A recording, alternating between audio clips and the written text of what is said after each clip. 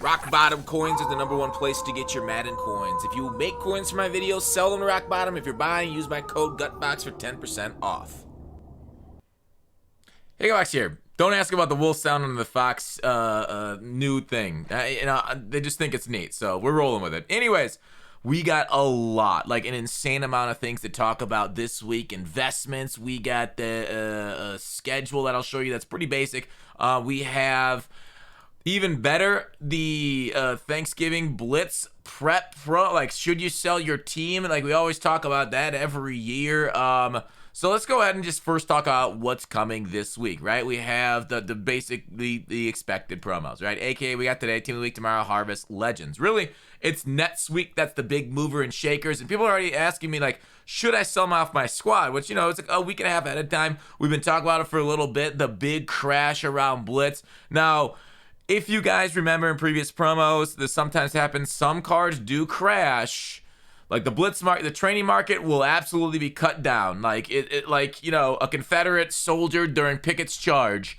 But overall, like, there are some that, might retain their value a little bit because they're a little harder to come by. But like, generally, it's not a bad idea to go ahead and offload that if you can wait, if you want to, relax for like a week and a half between sweating and Madden games. Solo battles been down. People have been frustrated on that. We got some, I know we got some maintenance tomorrow and everything, but okay.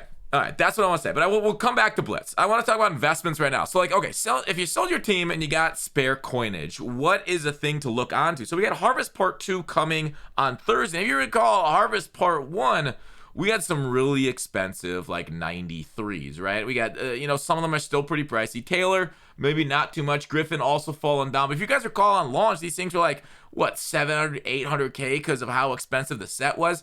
I mean, I was looking at the 90s. The 90s themselves are still like 150K. So, and then we look even deeper down to it. We see or 140K, whatever, 140 to 150, 143 to 149 right there. 88s are still at 53. Now, if you look at the sets, and I don't think this is a bad idea to have it ready to go on these for Thursday, if you want to make some coins potentially off of that. Let's go ahead and look at Harvest sets. So I think if you buy some of those 88s, just have it ready to go and sell the big cards right away once you create your sets all the way up to it. Wait, I'm blind here. It's not a terrible idea. It's never a bad idea to be pre-prepped on a lot of things. But basically you are paying a lot, but I would just take a look for snipes. So it's 388s for 90. And basically, that's kind of like, making the market right now. The 88s you're getting like 50K, the 90s selling for like 140 to 150. Of course, always try and find a little bit below value while you're sniping, and then go ahead right away and make whatever more 93s we get. Because, like, they give us some pretty good names right away between Jason Taylor, Isaiah Simmons, like, best user in the game. RG3, who is supposed to be the second best quarterback in the game, ended up, like you saw yesterday, mid-tier, I think, because of, I just don't like him. Champion AJ Brown, a big name, too. So we might get some crazy limiteds, too, which would potentially increase the market. Although the market's been kind of resilient no matter who we gotten as limiteds because of the TVP. It's kind of like stopped the bottoming out. It also hasn't really risen it that much. So just FYI, the market might go up a little bit Thursday with those limiteds and packs. Might go up a little bit tomorrow with Team of the Week. We'll talk about and circle back to that in a little bit. So anyways, that's one potential investment here the rest of the way. AKAs, if you guys remember the video yesterday where I started talking about this, the AKAs, when they come out, they go down in price, right? Like, I sold Weapon X off over the weekend for like a little over 900. I bought them back today for 700, okay? So we see this weekly cycle with AKAs. We see it with Team of the Weeks. So like, if you just go ahead and look at some of their prices, we could just pick somebody who's a good player here. The Fridge, okay. So you'll see this kind of like up and down swing for so many cards. See how it's kind of here? It goes up and then down, okay? Up and then down. Like, do you see like the swing percentages here too? 403 up to 574. Down to 316 up to 400. Then we get up to 415. And then boom, today, 279.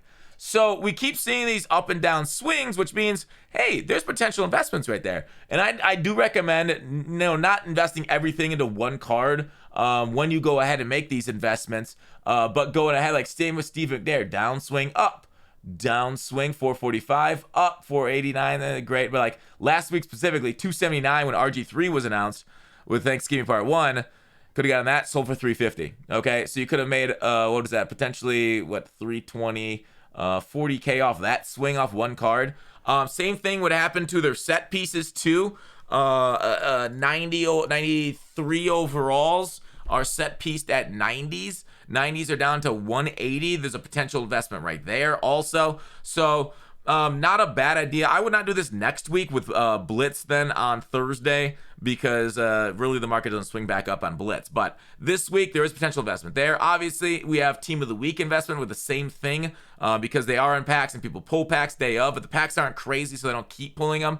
But like Team of the Week, for example, like the big cards kind of went up a little bit. You could look at the 90 overalls. For example, what Sauce Gardner came out last week, which was a pretty well. I want to look for like the set card. Where you at? So let's go CB. So this card, when it came out last week, this Sauce ended up. He was like I think I got him for like 110 to 120. Right now he's 219. So just an FYI. That's not a bad one either, week over week. So you got like Team of the Week investments tomorrow to take a look at. Go ahead and throw some coins into there if you've sold off your squad and you got spare coins. Potentially make more coins. Use your coins to make coins. That's always the best way of doing it. So potential investments. The issue is if too many people do them, then they die off. So good luck. Stay ahead of the rest of the people. So just ruined them. Smile. Okay, so we talked about Thursday making the bosses, making the cards, and selling right away for potential profit there. Let's talk about Blitz, okay? Should you, I kind of answered a little bit before, like Blitz is crazy. Like, let me just go over last year's Blitz themselves. Like, we had limiteds. Kyle Pitts was in packs the whole time. Nick Neiman, who quick sells for Blitz bits, was in packs too. That was very important for getting some of the things later on, you'll see. Because Blitz bits were important to get Blitz tickets, to get the top cards in the promo. But basically, like, you're seeing all these things. You're seeing a lot of cards coming out, special abilities. Like, certain ones were only available certain days. So those were good cards to grab day of and then sell them later, because they're literally only ever in packs for that little amount until they get reduxed. So just an FYI, dude, it's millions and millions of coins we made over Blitz. And if you aren't making it, I feel sorry for you. So make sure to follow this channel for Blitz coverage and stuff, and what to do when it's actually coming out. Since this is just like we had Jamar Chase 92 last year, Sunday and Monday for him. We had then like day 5, Chase again, Murphy, Hurts, so on. We had challenges last year, but really, what kills the market specifically are like the store offers and stuff. Some bundles come out and they come out a specific time and they just destroy this market, right? They make for some incredible sniping opportunities, like a 91 overall Team of the Week fantasy pack. That means like all 91s like got cut in half, cut in like a third, they just get destroyed. So you can basically go through those filters every time they're up, start sniping, picking off those. And then like here was the schedule. We had all pro fantasy packs, superstar packs. When the Most Feared came out, those died. Grid Guardians died then. So you can kind of follow it and snipe along, and then just like wait and sell off later. Fire Fantasy destroyed the whole market, because those are crazy packs.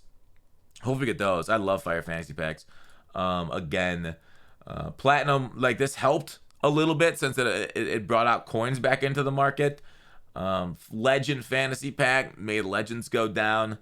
So overall, like here's like you're gonna expect something similar. We've had a Blitz pretty similar to this for the last few years, but yeah, 94 overall bow nose player. Yikes, dude. That was like the last offer. Yeah, it was a wild Blitz. We'll be streaming a lot of this over at twitch.tv/GutFox. But yeah, so for those who don't know what Blitz is, like just look at this. Like if you got these cards, did you see the absolute offer? And it's like, a Redux fantasy pack, 1,500 points, limit of 1. Everybody's getting a Redux. Yeah, you can see why the Redux market dies a little bit when everybody's pulling Reduxes. Now, obviously, the one for like Blitz, like packs and stuff, points ones still bring down the market quite a bit. But if there's any like bits ones, right, cost 1,500 bits, those ones, are more towards like everybody, I guess. We'll say more people use the Blitz bits than maybe potentially the money, since there are more no money spent players in this game than money spenders. But yeah, that's kind of like what I wanted to go over with Blitz. I do recommend, because we could see trading values dip down to like 5 per. Like Blitz is crazy. Like Blitz gets down to training values that we might not see until like February values again. Like that's how wild Blitz is. Like it sets like a new market, and then we're like, oh wait, that was like kind of a quote unquote new market, but it wasn't really a new market at all. So yeah, the potential to make millions off of just working the market during the Blitz. Like I know that like a lot of people hate it, but it's absolutely worth it. Absolutely worth it working it.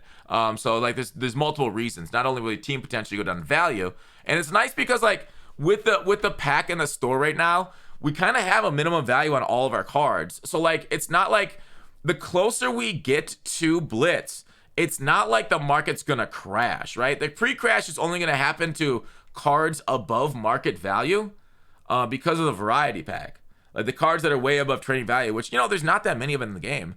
So overall, like you don't have to sell it until like a couple days before anyways, since the trading variety pack brings that literal minimum floor to the market.